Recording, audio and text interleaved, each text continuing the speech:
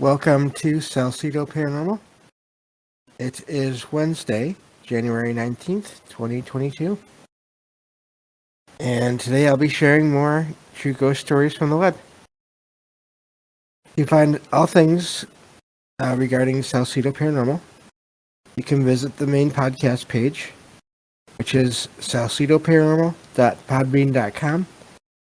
That's SALSIDO. And there you can find all the episodes, along with links to social media, ways to donate, and other ways to contact me. Whether you want to comment or ask questions about stories or episodes, or give topic suggestions for future episodes, or especially if you have any stories of paranormal experiences, whether they're your own or someone you trust. I'd be happy to share those on the show as well. So, and you can always ask to remain anonymous when I share those stories. We can leave out names, no problem. So, but thank you all for being here, whether you're listening to the stream or the podcast version once it's out, or the YouTube video once it's out. I appreciate all support of the show. So, I have some stories here, and I will start reading them, and we'll go from there.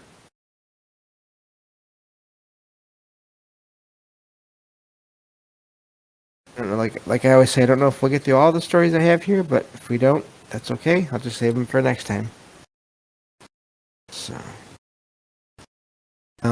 So okay, this first one says, so this was back in October of 2011.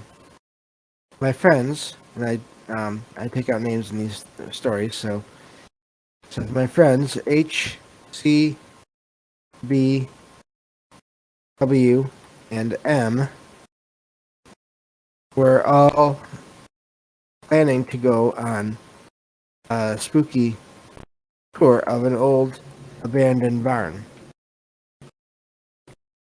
I planned a prank with W and M, and we told the group K is grounded and couldn't go, because basically I was always known for being grounded back in the day. M and W picked me up at my house, and I had a scary clown mask, and M was a volunteer firefighter, so I borrowed his axe.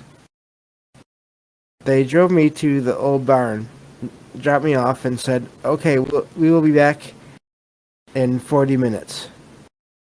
I'm just going to say, this sounds like a possibly bad idea in many ways, but anyway. Says, I had a fear of the dark at the time, but I dealt with it. A couple of times I had to duck in the grass to avoid being seen with the mask and the axe. At one point, a cop car turned on that road, and I dove down to avoid being seen. I played on my phone to ignore the fact that I was in the middle of nowhere in the dark, and at one point, a white blur walked past the road to my left. I thought that my imagination was tricking me, until I blinked, and then I blinked again. You know how when someone shines a flashlight in your eyes, when you close them, you can still see the glare? When I closed my eyes, I saw a picture showing a little girl in a white dress, in a white old century style dress with long curly red hair, standing in the same spot I was in, looking in the same direction. And the fence was the old type of where it is wobbly looking wood, and the barn in the background. Immediately I dismissed it as a huge hallucination, because I was atheist at the time. Anyway, I got the text that my friends were getting close, so I ran into the barn. They got out of the car, I banged on the wall to creep them out.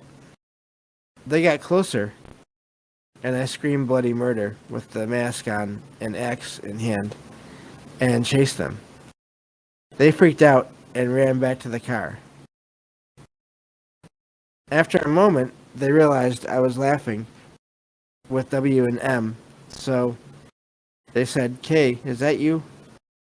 Well, after that we all had our laughs. Lost our spot. Okay. We were in the car, and C said, "You know, when Kay was chasing us with the axe, I swear I saw a little girl in a white dress by the car." B froze and had a look of horror on his face and said, "No way. I saw that too." And I said, "Guys, I saw that before you ever even got there." And there was about 15 seconds of silence in the car until they changed the subject. So yes, ghosts are real, and it changed me from atheist to agnostic. So that's a scary story in a different way. I don't ever recommend those kind of pranks to anyone, but it's interesting that in the middle of a prank, they may have experienced a some kind of paranormal activity. So, and it's one of those stories where it's either I could see it almost being someone trying to write about to basically fake it to just mess with people who are reading these kind of stories, but just in the way that the people reacted after. Then again, they were all kind of when they actually saw what they saw. Most of them, anyway, were also experiencing fear from their friend that was doing the prank. So I don't know. That's an interesting one to consider if that's possible for maybe this. If there was a spirit there of some kind or some kind of being there, maybe they pulled their own prank. Excuse me. So yeah, that was a good story. So I'll move on to the next one here. And we'll go from there. Okay. Alright. This one says, "I've heard this story a million times and probably told it in equal measure. It's a story about me, but it's not my story. My aunt has been telling me this story for as long as I can remember. I have vague memories of it happening. I was about 6 and had an imaginary friend called Sunny. I remember having strange dreams about him. My Aunt M wasn't really my aunt by blood. She was married to my uncle Jay, who was my father's older brother.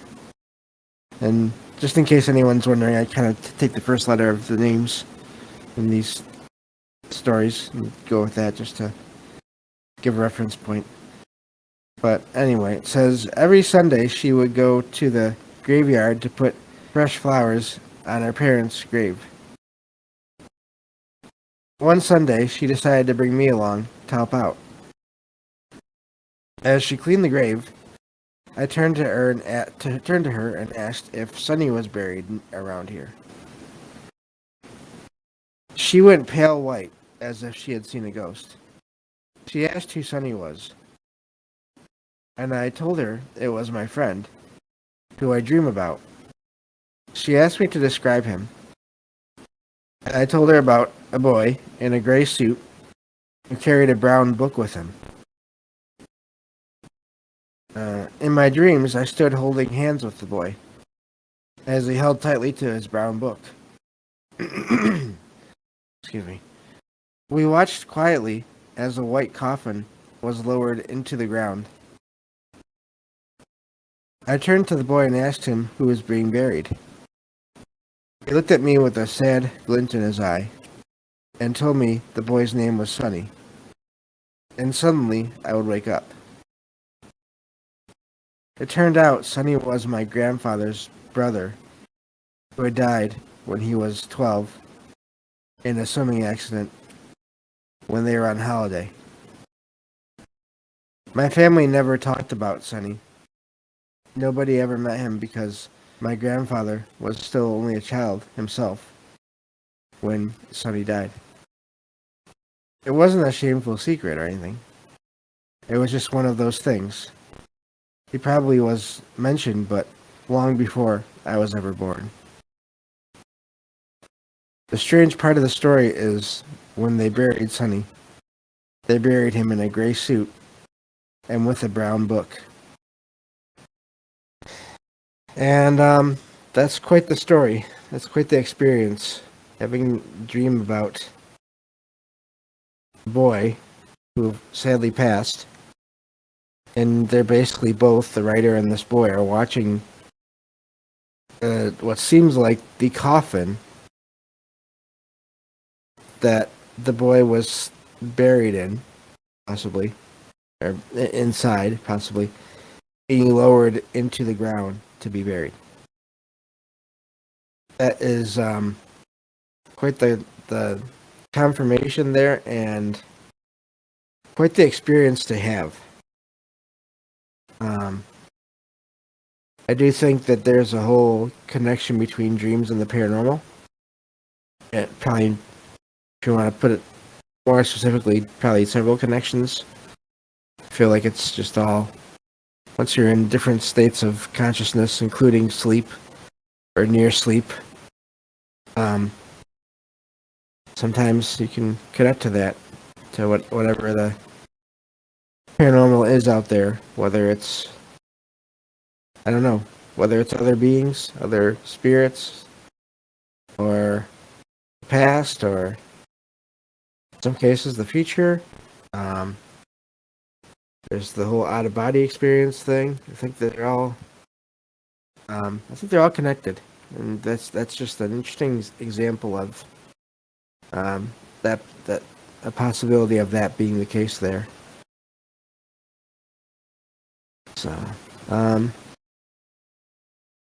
So yeah, I thought that was a good one to share. Especially, I like how the story was written. I like when you get kind of one last really interesting detail at the very end like that. That's as a writer, I appreciate that. I guess that's what it is. But anyway, so we'll go on to the next story here.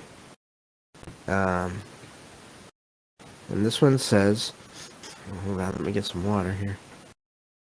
But and I may, one of these days, I may talk about more about my writing. In terms of my fictional writing, I might do a special episode on that sometime. Just because I've had some people suggest that I do readings from it. I'm not sure if I want to do that, but I wouldn't mind talking about my writing and how the paranormal has kind of influenced that.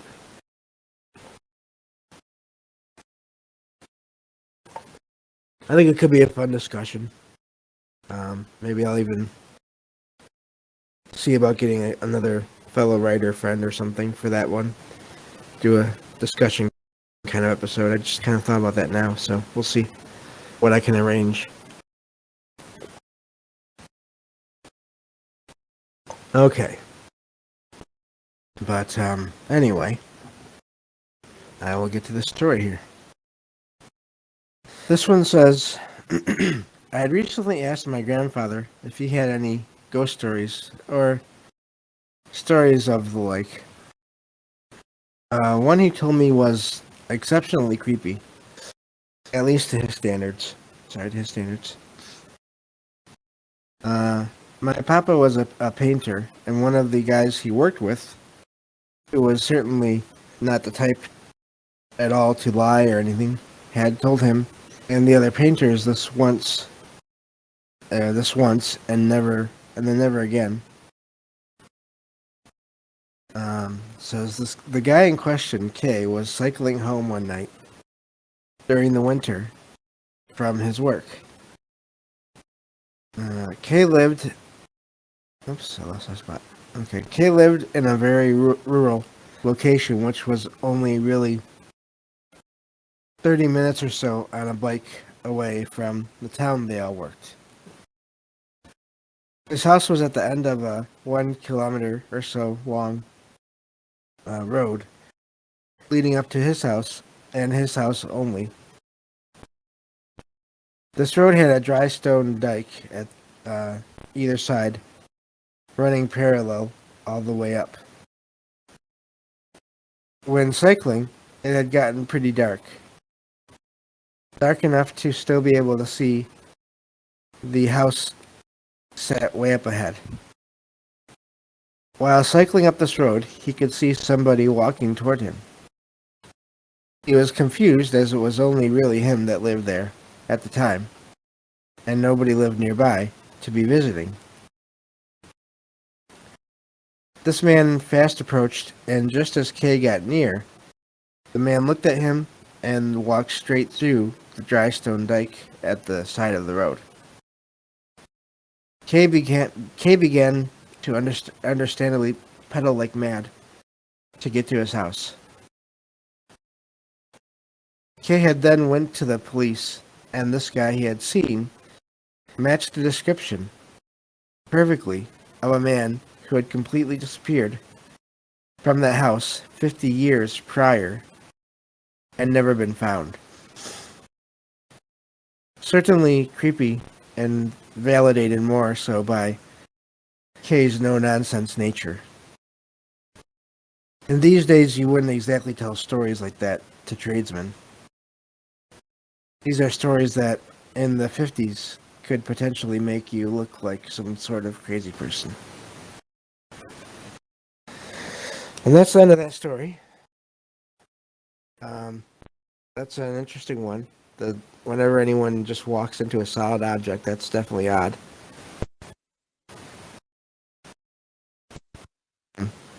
So, I don't know what to make of that one other than it's interesting that the man appeared to look at the person experiencing this. I don't know. It's hard to say if that meant that the experiencer was seeing an actual spirit of that man, like a conscious entity, like basically the spirit of that person, or I don't know. It seems odd that would just happen at that moment. They would just look in one direction, in the direction where the experiencer was at. The reason that word just because writer doesn't fit, because that's not the writer of the story. Excuse me.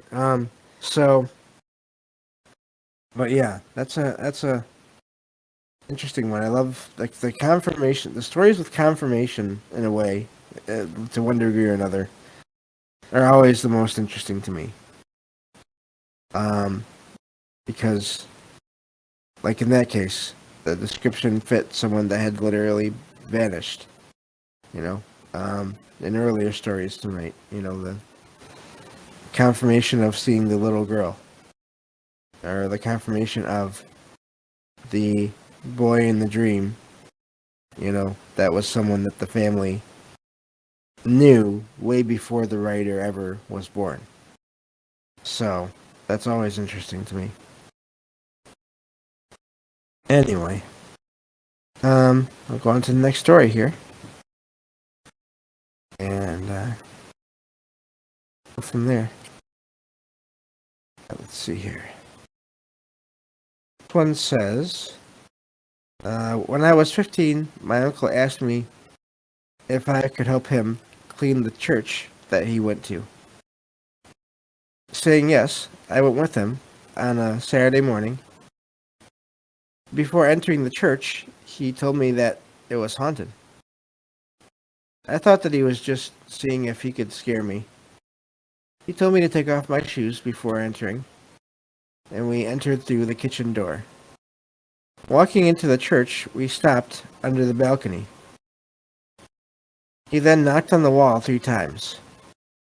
That was when I heard what sounded like someone jumping down from a high place above us. Then I heard 5 or 6 footsteps that stopped by the edge of the balcony. For about 10 seconds, I didn't hear anything. Then I heard what sounded like boots scuffing on the floor, like someone was turning around. And then I heard the same 5 or 6 steps going back in the direction from which they had come. Thinking that my uncle was still trying to scare me, I ran up the stairs and searched all the rooms. There was no one there. And sounds like, based on the description there, doesn't seem like there was any kind of outdoor entrance or exit where anyone could just leave. So that's maybe leads to it possibly being actually paranormal. It's interesting that it took a knock, though. That took the uncle knocking on the wall to get it going. That makes me think maybe it was something or someone with intelligence that heard that somehow, or was aware of that, and somehow or for some reason made themselves known, and then went back into hiding or left again after. So that's an interesting one. I do think that places that are where people gather and focus on one or more things, but basically focus on one kind of idea or one thing. I feel like those can be places where that energy can gather and or maybe even attract other energies. Maybe that means possibly maybe other beings, maybe even other spirits, and that can lead to them being having activity. I don't even like to say necessarily haunted all the time, but yeah, I think that's an interesting story there. I wish the writer knew, or the uncle knew. Maybe the uncle didn't even know why. Any kind of folklore or stories behind why there was possibly someone there that would react like that. But good story, at the very least. So I still want to do a show specifically on places of religious significance or sacred places, and how the possible paranormal activity that would take place there. And I would like to focus on several different cultures and religions and groups, because I don't ever. I'm very much more interested in people being good to each other, that and getting together to help get to that point. I'm more interested in that than I am in any, putting anyone down for their beliefs, as long as they're not hurting anyone. So, but yeah, interesting story. So, let's see here. Okay. We can get through at least a couple more stories. And this one says, growing up, one of my favorite things to do was sit down with my grandma and listen to all of her stories. Happy stories, sad stories, and even and everything in between.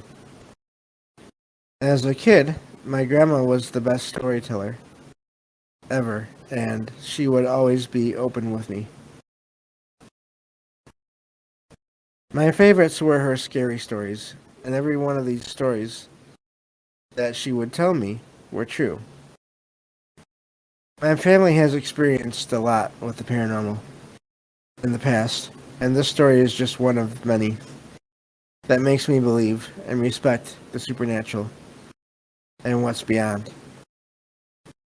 One summer, my aunt and uncle from another state were planning to make the trip up to uh, Michigan and spend some time with us and our other family members up here for a few days. They were planning on driving and would not get in until very late in the night, and were planning on staying with my grandma and grandpa. My grandma was such a sweet and genuine lady who felt that it was her duty to make sure that everyone in the family was safe at all times and doing okay. She would normally stay up very late watching her TV shows, so waiting for my aunt and uncle to arrive wasn't a big deal for her. As the night went on, my grandma heard my aunt and uncle at her side door talking and using their key to get into the house.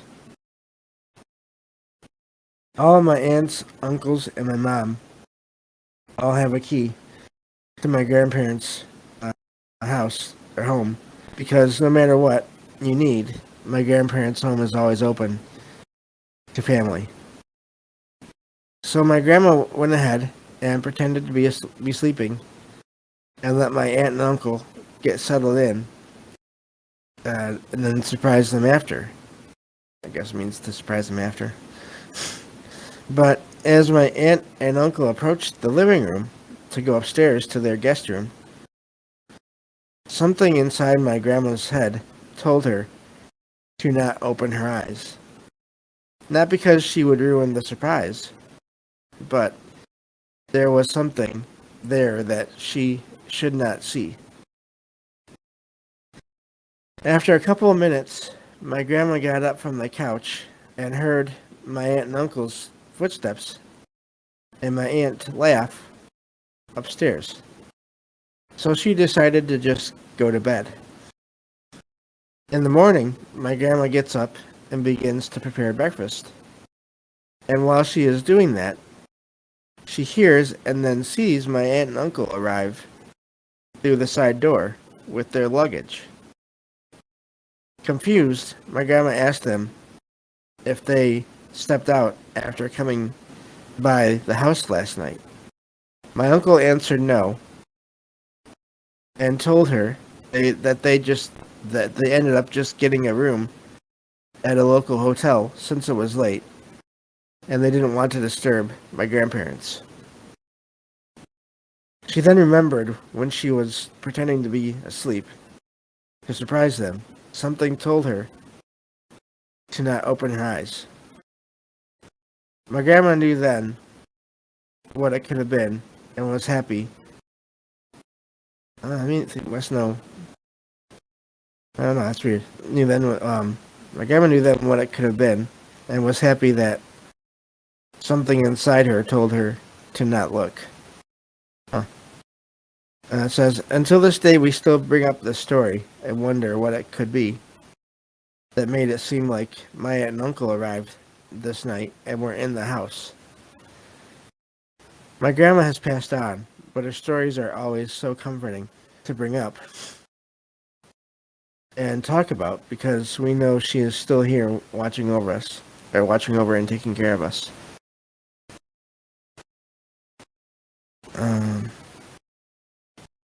Let me see here. Okay. Yeah, so that's an interesting story. Sounds like maybe the grandma knew what it was, but didn't ever say sure what it was. I have no idea for sure what it was. That's a lot of sounds to hear. And then have it not be the people that she thought. So either someone or something was faking all that. And maybe if the grandma had looked she would have seen something that might have frightened her. I don't know.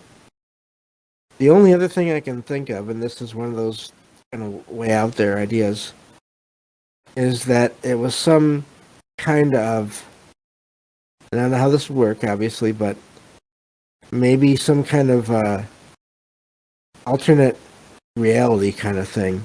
Like she kind of shifted somehow. Especially maybe if she was falling asleep. And she didn't, I don't know. She was kind of dozing in and out, maybe. Somehow she accessed some other universe where the aunt and uncle did arrive that night. I know that may seem weird if you don't kind of look into any of that stuff, but as I've said before in one or both of my episodes about my experiences with dreams, I do believe that sometimes when you're sleeping, you can see into other versions of reality or other universes possibly. Because I had that happen a couple of times where I had dreams, and I'm not saying necessarily for sure that the grandma was dreaming, but maybe if she was starting to fall asleep, maybe somehow. Again, this is possibly a stretch, but maybe somehow she picked up on events happening in some other parallel universe where the aunt and uncle did get there that night, and then she waited until after all the sounds had basically stopped, and then went to bed. And then, of course, the next morning, um, the aunt and uncle did arrive. But either way, that's quite the event to have happen. So it's not even like you can say it wasn't an exact premonition of what was going to happen, because I mean in the first run through of the experience, the aunt and uncle never talked to the grandma. But then obviously in the second one, they did. And so that's an odd story, but that makes it even more interesting to me. So let's see here. Okay. We'll get through one more story here today, and then I will stop and save the rest for tomorrow. So, this last story says, this started happening when I was about 16 and ended after about a month. My MP3 and speaker system, I didn't have an alarm or Bluetooth, would randomly go off at 3:14 a.m. So I started unplugging the whole docking station before I went to bed. When I did that, I would randomly wake up at 3:14 a.m. anyway, but drenched in a cold sweat. The hairs on the back of my neck would stand up, and I'd start to hear footsteps on the wooden floor in the hall.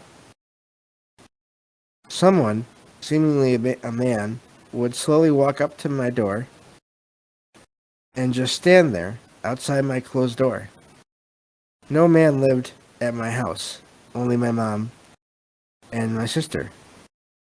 I could see his shoes on the inch gap between hardwood floors under the doorway, illuminated by the nightlight in the hall. He'd stagger right up to my door and just stand there, as if he was pressing his nose up to my closed door. I could hear the latch pressing against the strike plate of the doorknob. He'd just stand there for like 10 or 15 minutes, and I'd just be praying that the doorknob never started turning. I found it strange considering we lived in the rural outskirts of town at the time. This started repeating for a few nights. He'd return and do the same exact thing. I started leaving the MP3 plugged in. and it would still go off at 3:14 a.m., but the man wouldn't ever show up. I decided I preferred that over whoever or whatever was standing outside my door. And I don't blame them. That sounds like an easy choice there. Makes you wonder what, if anything, ever happened there at that property, possibly, at that time of the morning. Something, I don't know. There's not really enough details to go on to say what it could have been. But that is, that's interesting that no matter what, but only for that month, apparently, according to the story, according to the writer, that would happen. So, I don't know. That's an interesting one. I wonder, again, if it has something to do with something that happened before, or not. I don't know. Very interesting, though. It seems like some kind of energy was moving through that place at around that time. And if you denied it in one form, it took another until the writer kind of switched back to what they were doing before. And then eventually it stopped. So, but yeah, that's an interesting one as well. All of these are. But I think that'll be it for today. And I'll be back tomorrow with more of these stories. And then I'll be talking about haunted cemeteries and graveyards on Friday. And then I'll be having a special guest at a special extra show on Saturday. And then that'll be it for the week. So thank you all for being here, whether it's in the stream or listening to the podcast or the YouTube. And have a good night, and I will talk to you all next time.